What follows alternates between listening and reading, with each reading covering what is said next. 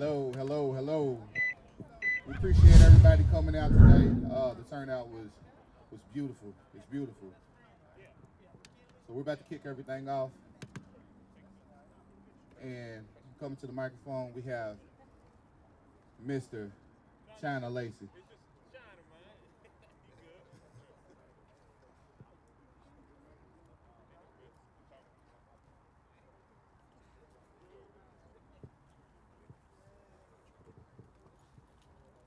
I was born by the river in a little teen. And oh, just like the river, I've been running ever since. It's been a long time coming. But I know a change gonna come. Oh, yes, it will. See, it's been too hard living, and I'm afraid to die, 'cause I don't know what's up there beyond the sky. It's been a long time coming, but I know a change gonna come. Oh, yes, it will. See, we go to the movies and we go downtown. My friends keep telling me China don't hang around. It's been a long time coming, but I know, whoa, a change gonna come. Oh, yes, it will. See, I go to my brother. I say, brother, help me, please. But it winds up knocking me, little on me, back down on my knees. Well, there were times when I thought I wouldn't last too long. Now I know I'm able, we're all able to carry on. It's been a long time coming, but I know the change gonna come. Oh, yes, it will. Thanks, y'all.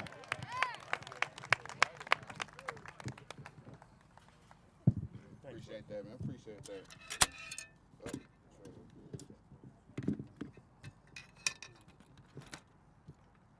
change has come. It has come. How y'all doing? It has come. Let's go. That's right. All right, for those that don't know me, my name is Ethan McKenzie. I am co-owner of BMG, the Brown McKenzie Group, and also co-founder of the Louisville Fly Society. And I would like to thank everybody for coming out. This is beautiful.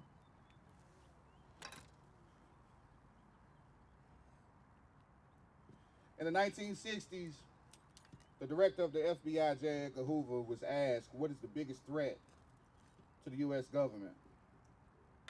His response was black unity, or as he said, Negro unity. At that time, our households was intact, our neighborhoods were intact, our marriage rates was the highest, our divorce rates was the lowest. The quickest way to destroy a community is to attack the family structure. The quickest way to do that is to remove the head of the household.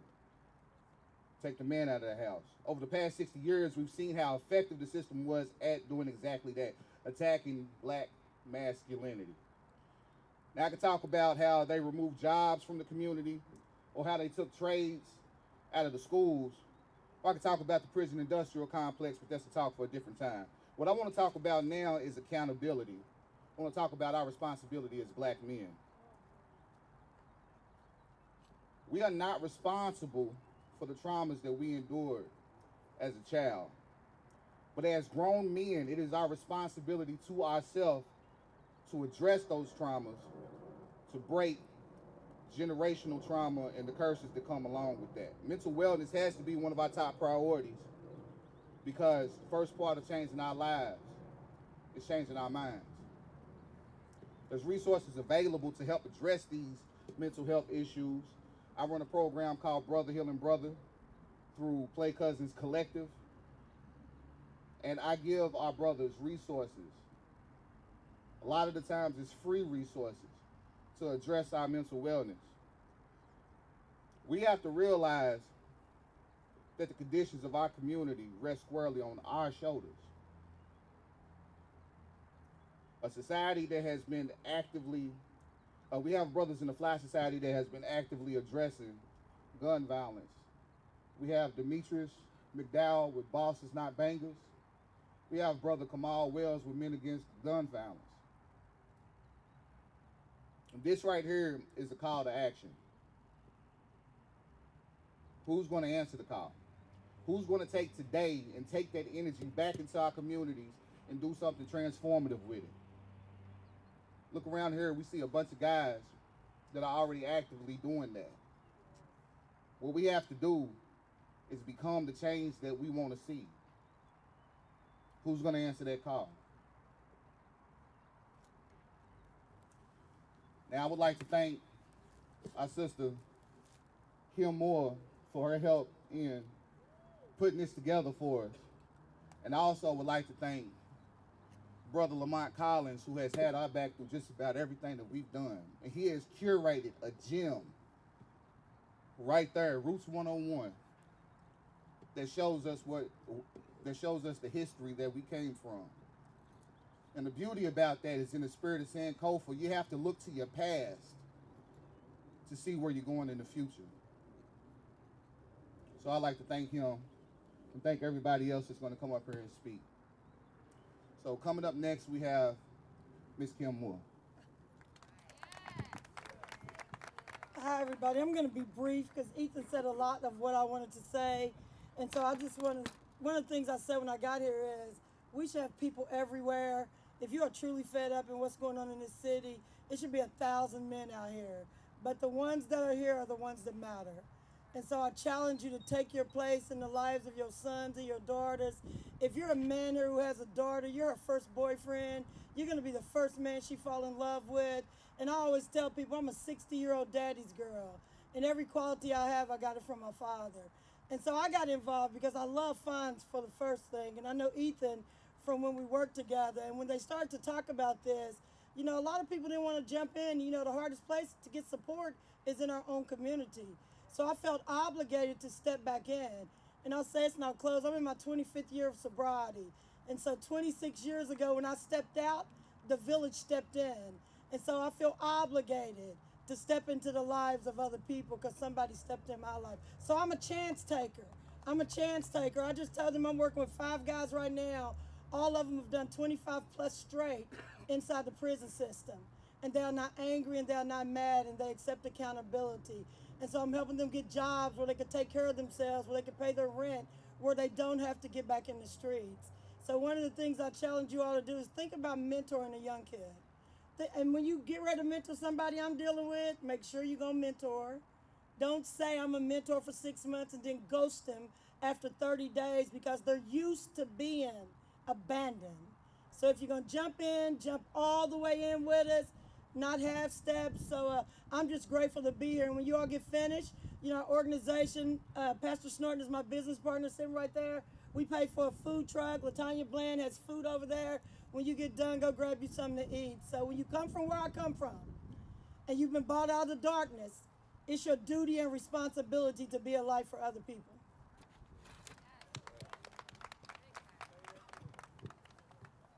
Thank you. Thank you. All right, come to the microphone next. We have a guy from the Louisville living room. His name is Ty the Alchemist. He's going to provide us with some spoken word. So put your hands together for him.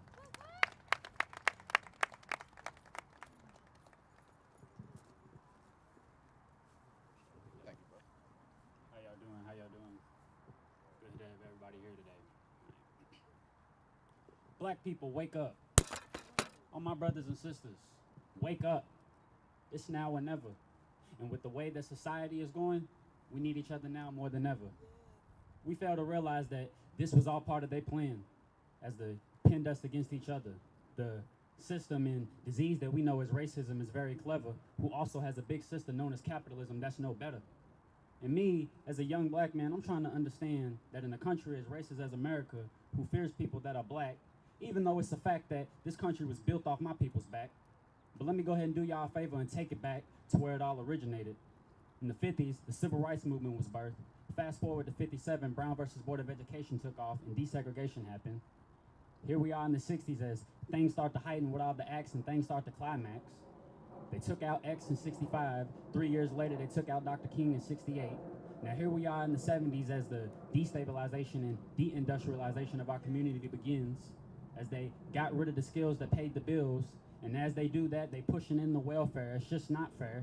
Now here we are in the 80s, they pumping us up with the color purple. That's the new crack. And then fast forward to the 90s, they giving us the final kill. They're giving us the crime bill. 3 strikes you out, you going away for life, ain't no coming back. But since we was brought over here, it began the birth of a nation, and ever since, the black man's image has been under attack. Hold on.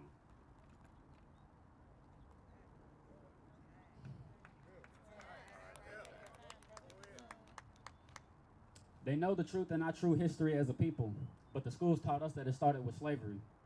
I know it's a lot to unpack, but you limit my people's history to 1 month and you just expect me to sit back and be cool with that?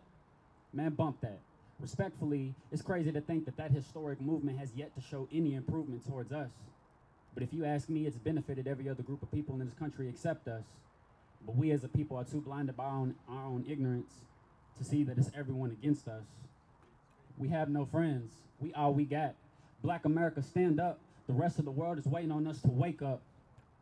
Can't afford to sit back and watch as the time passes into the bottom of an hourglass as we further dig ourselves into the grave of a permanent socio-economic underclass. History repeats itself. That's looking like a whole other form of cotton that we picking. My people, the clock is ticking. Black man, step up. Black man, come back into your community. Come home. Take your rightful place on the throne. King of the nation, king of this whole universe, before you have no other choice to take your own shovel and start digging.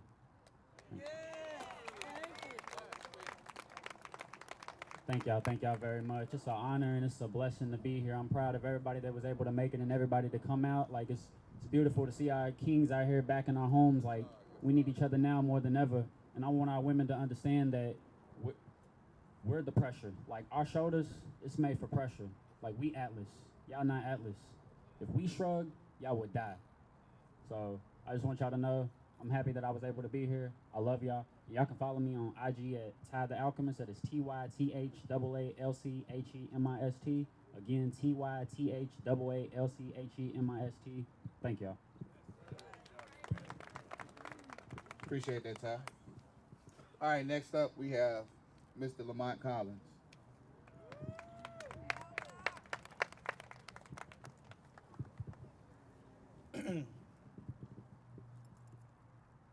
First, let me tell you that you're sitting in front of your house. That's Route 101. Telling the story of the American journey, the African-American journey, right here in Louisville, Kentucky. What I tell young people that we're descendants of kings and queens that were enslaved in America. We're the bulldozer for bulldozers, jackhammers for jackhammers, and engineers for engineering degrees, which means what? We built this place. So I had the opportunity to get with FONZ and Ethan and talk about manhood. Because if you look over the museum, I got a throne in front of the museum. An actual throne that's more than 800 years old. A king's throne. See, but you can't sit on that throne unless you take the accountability of being a king. See, we can't come and fake it. We got to be about it. See, we can dress up, but we have to grow up. See, we can be kings or we can be clowns. And Roots is talking about the kingdom and not the circus. So if we talk about the history of clothing, see, black men and black women love clothes so much because we're the only people came to this country with no clothes. The only time we got clothes was when we were free. Clothing was a symbol of freedom. But clothing now should be a symbol of manhood today. See, because if you walk out of here and you don't take a young brother with you, see, it's one thing, we teach kids how to tie ties, but we ain't making no ties. Did you hear what I just said? We're not making ties with our children. We go in the mirror and show them how to make a tie, but we ain't tying our children. So today is about making that tie. It's about coming together collectively as men and doing what you need to do. So I'm honored to be here. I always tell people, you come in Roots, I say our house. Can you do it for me? I'm going to say Roots 101, you say our house. Roots 101. Roots 101. Roots 101. Welcome to our house.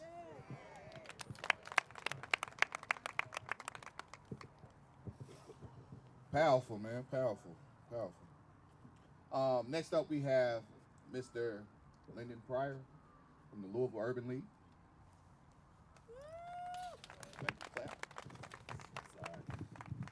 Afternoon, gentlemen. My name is Lyndon Pryor. I'm the interim president and CEO of the Louisville Urban League, and it is an honor to be with you all this evening for this fine event, for this honorable occasion. Thank you to Miss EILISHIA DURRETT-JOHNSON, who actually hit me to this and asked if I would come and say a couple words, and I will say that she actually gave me a very specific assignment on something that I'm supposed to talk about, but before I do that, I cannot stand anywhere without talking about the work of the Louisville Urban League. So we have been in this community, in this city for more than 100 years, and we continue to fight every single day for justice and freedom for Black people and other marginalized populations across this city. And we are still about the business of jobs, justice, education, health, and housing, and now Black business. We are a resource for each and every one of you, your families, and anybody else who needs us. We are right there on the corner of 16th and Broadway every day of the week. Our doors never closed during the pandemic, and they won't close anytime in the future. And so if there's anything that we can ever do for you, I want to make sure that you know that we are here for you all the time, and we are willing to fight with you, for you, on behalf of you, not just out in the streets, but in the boardrooms, in the seats, in the C-suites, and everywhere else that we are. We're going to continue to do this work. For Black men, I stand up before you as the son of a loving and caring Black father who has gone on to join the ancestors, as well as an uncle to 4 incredible young Black men, and the father to a rambunctious 5-year-old back there in a cast. Our place in society is unmistakable. Our impact on our community is something that can't be measured. And the role that we play today is something that we have to continue to live up to and strive beyond. I want to challenge each and every one of us, as all that who have spoke before us, to continue to go out and be the men that we've been called to be. Whatever your faith practice is, whatever your belief system is, live up to the highest order of that. Be everything for these young men who are in the front and for all the babies who ain't here to see you. Be the example that they need. Be the father, the role model, the brother, the uncle, the mentor, the guide that they can look up to. Because it's going to take all of us. And let me just say this ain't a competition between us and Black women, because they continue to hold us down and have always held us down and will continue to hold us down. We ain't competing with them. This ain't some challenge for who gonna be the head, or who gonna be the tail, or who gonna be the front, who gonna be the back. We all swim in this race together, and we all got to continue to push and pull one another in the best way that we know how. And so let's continue to uplift and uphold and respect and honor and follow and lead and walk beside our sisters and queens as we continue to move forward. The last thing I'm talking about is, and Ethan mentioned this, we're not responsible for the trauma that's been done to us. Right? That is absolutely the truth. But as we grow and as we learn more, you are responsible for what you do with that trauma. You do become responsible for how you allow that trauma to manifest in your life. What you allow it to do to you and what you allow it to do to those around you. And so what I'm asking you for, and here's where I deliver on my promise. Seek help. Talk to somebody if you need something. Ask for help. Ask for assistance. If you're lost, if you're trying to figure it out, if you're trying to find a way, ask for assistance. There are more than enough resources. Brothers out here, standing right beside you, folks at organizations, people at Roots 101, folks down at the league, and a whole host of other places around this city who are more than willing to stand shoulder to shoulder with you and get you to where you need to go. And so one of those opportunities we have right now at the league with a partnership through Begin to Talk and Miss EILISHIA DURRETT-JOHNSON is called our community self-care groups. And so we are signing folks up. It is free. It's an 8-week course, or not really course, it's an 8-week group where you can come, you get fed, we offer child care. You can come, you talk with a licensed clinical counselor. Talk about whatever it is that you got going on. And if they need to refer you out to somebody who's got some more intensive conversations, or you need to have some more talk, they can do that too. But it is a place to go. It is a place to have those conversations, and that is important. Because you ain't got to shoulder this burden by yourself. You ain't got to deal with this trauma on your own. I don't know what your story is. I don't know what has happened or will happen or what it is that you are going through, but I do know this. You do not have to go through it alone. And so I want to encourage you all and certainly urge you to help folk around you to get to where you need to be. If you don't want to come to us, that's fine. Go to somebody else. There are more than enough resources, but this is simply too important because we are watching too many of our young brothers die, literally die, taking their own lives, taking the lives of others, or just wasting away because they have refused to get the help that they need. And so please do that. Please, sir, seek the attention that you need. Ask for help. I promise you that somebody's there. Let me say this, and I say this all the time to folks. I know I don't know most of y'all, but I'll tell you this. I love you. And I think it's important that folks need to hear that. It's important that we as black people say that to one another and mean it. And when I say I love you, I believe that love is a verb, right? Like love is something that you do. And I'm gonna show you I love you in the way in which I treat you. I'm gonna show you I love you in the way in which I act on your behalf. And so every day that I stand in this role and that I do this work, and quite frankly, if I'm not fortunate enough to do it anymore, I'm gonna continue to do it in some other way. I'm gonna show you I love you and how that I go and press against these systems that continue to oppress us, that continue to ignore us, that continue to drive us out. And we're gonna shut those things down because that is what love looks like. So I thank you again for your time, and I appreciate your energy and for being here. And I look forward to standing shoulder to shoulder with you all and walking forward into a day of true freedom and liberation for every last one of us. Y'all be blessed.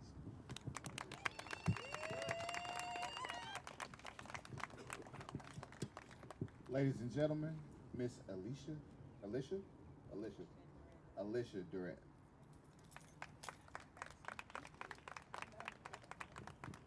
Thank you, and I didn't expect to talk at all. I was just bringing Lyndon. But just to piggyback off of what Mr. Pryor was saying, we need each other, right?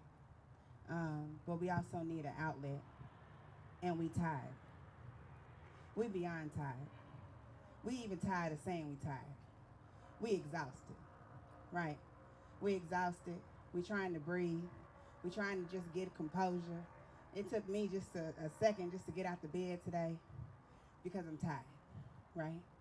Just like y'all tired, but y'all pressed y'all's way, right? Today is one of those days that even in my own life, personally, is one of those pivotal days in your life. You ever have those anniversary dates that come back around and smack you in the face, right? Even as a therapist, I have anniversary dates that come around and smack me in my face, and that was one of them today, right? Today, 4 years ago, I got in one of the worst accidents I've ever been in my entire life that eventually led to my husband's death. And a part of that, right there, losing the head of a household has unbalanced my household ever since. You are so important and pivotal to your family.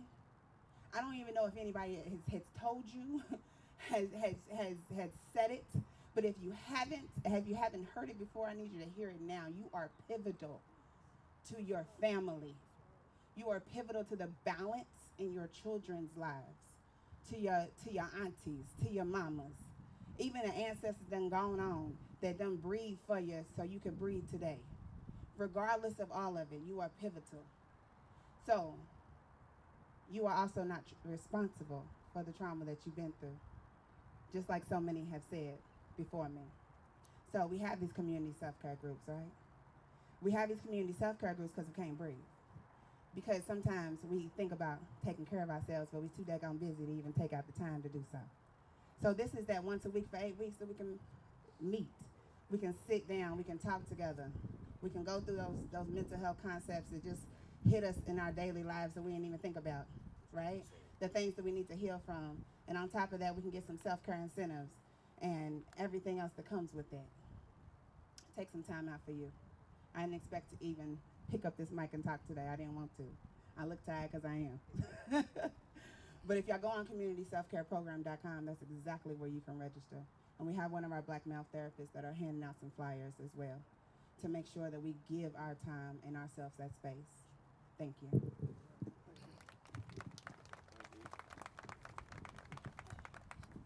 Apologize if I like threw you on the spot like that, but I think your voice is very pivotal in what it is that we have going on. I cannot speak for women, so we look to y'all to speak for yourselves so that we can see how we affect you. So I appreciate you speaking. Coming up next, we have one of the board members of the Louisville Fly Society, Mr. Gary Young. Good afternoon, everyone. I just want to take a few minutes to recognize our Louisville Fly Society members. When I call your name, would you come up and receive your membership pin? And going to have you guys stand up and we can do the pinning ceremony relatively fast.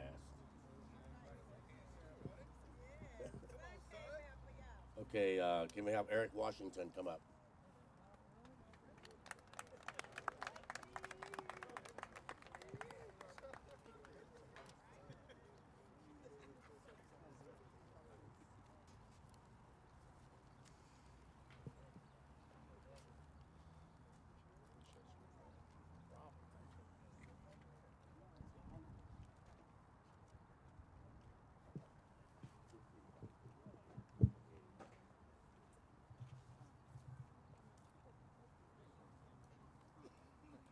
Can we have Mr. Eddie Macklin? Did I say it right, Macklin? Okay. He gets the white one.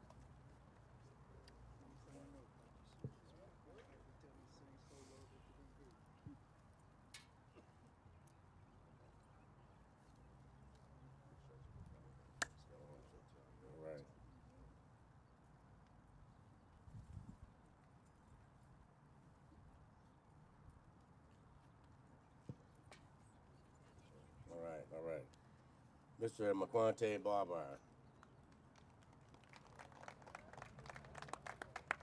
All right.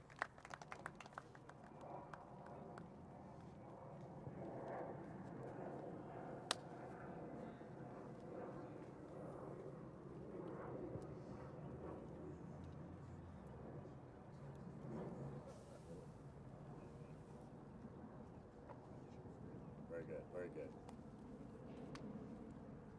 Mr. Damian Phelps. It's his birthday too, y'all. Give him a little more. It's Happy his birthday, Damian.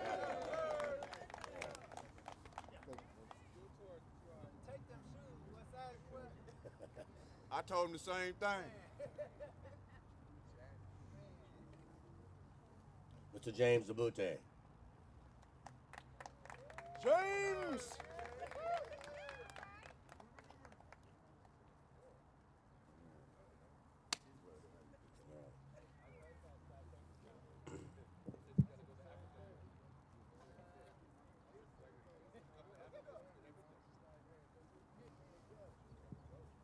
Mr. Wally Weston.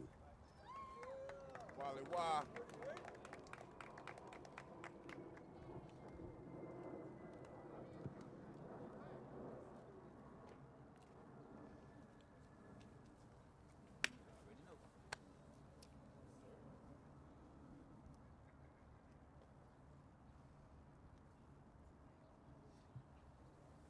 Can we have Mr. Pierre Calvin, please? Pierre.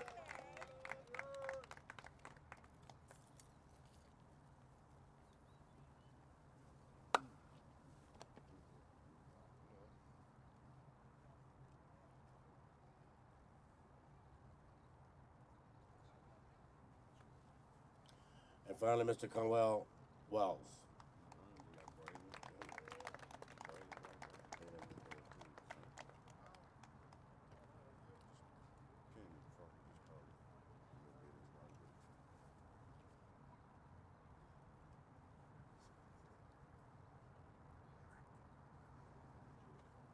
Okay. And Chance, I didn't get your last name, Chance. Chance Hughes, please.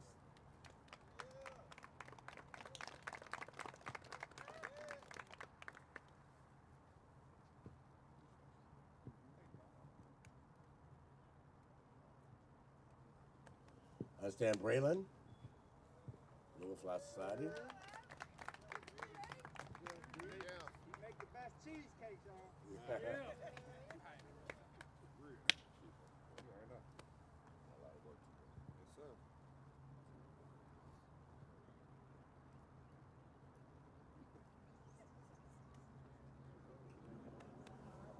And James.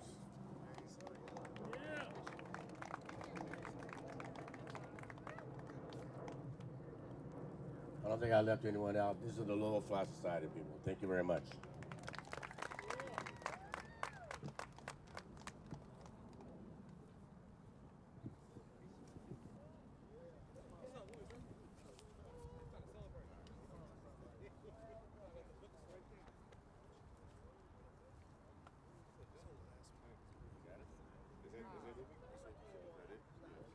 Ladies and gentlemen, the Louisville Fly Society.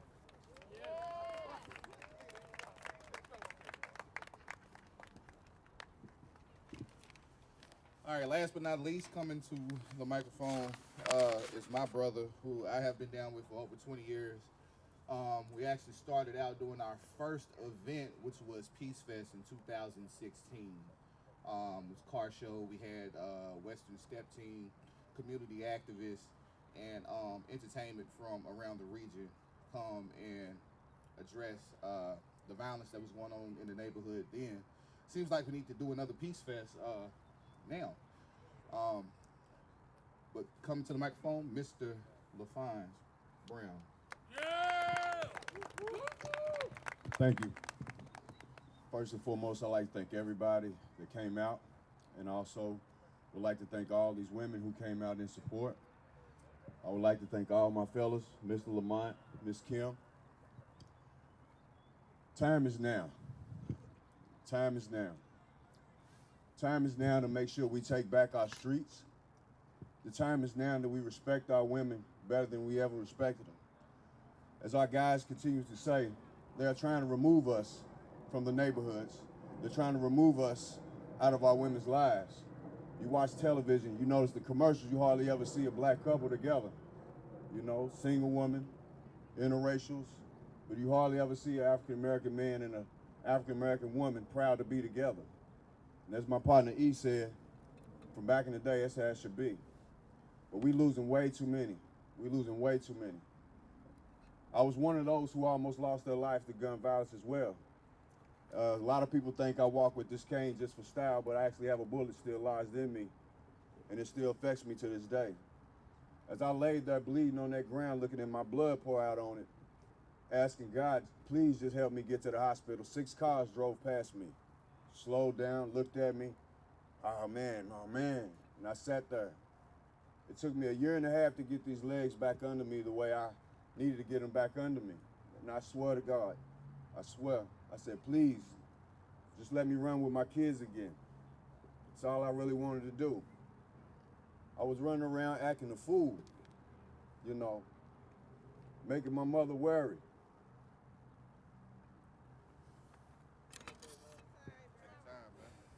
I'm sorry for all the trauma, all the pain, all them long nights you wondered if I made it home, those unidentified bodies, wanting to make sure it wasn't me. I want to do something to make you proud. and I feel like I'm doing that. I wanted to make my city proud, and I feel like I'm doing that. But I wouldn't be able to do this without the help of all the people that come support me every time I post, every time I'm out handing out flyers, every time I'm tapping on your doors. I wouldn't be here without you. I wouldn't be here without God.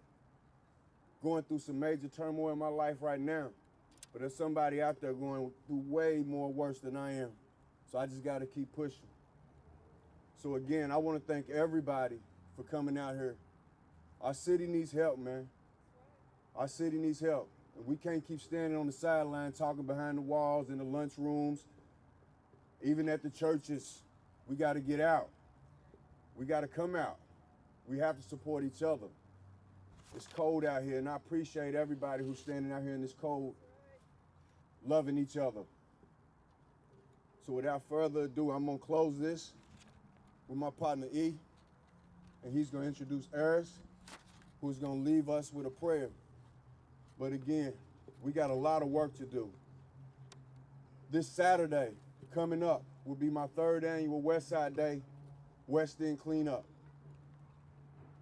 3 years ago, I started this because the city was always cleaning up everywhere except my hood, and I got tired of looking at it. And we all got family coming in as well, so we needed our space to be clean. So I started it 3 years ago, and it's going down again this weekend at Kroger's on 28th Street is where we're starting at. That's what it is. And I'm also going to apologize to my baby sister for me not being there because we grew up differently. But I'm here now, and I love you too. So I'm out of here. FONZ Brown.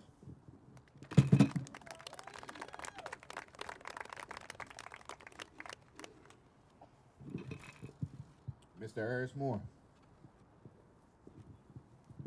I want to leave us with this prayer today.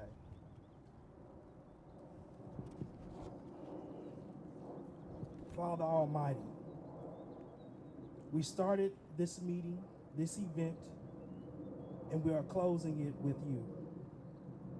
Thank you for making this event successful. We would not have done it without you because many are our plans, but it is you who establishes them. May the things we have learned today stir our hearts, and may we put them into action. May what we have learned impact our lives, families, friends, and the rest of the world positively. In the mighty name of Jesus, we pray. Amen.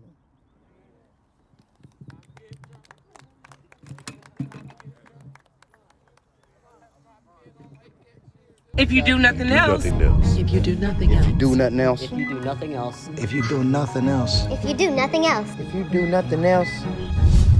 Stay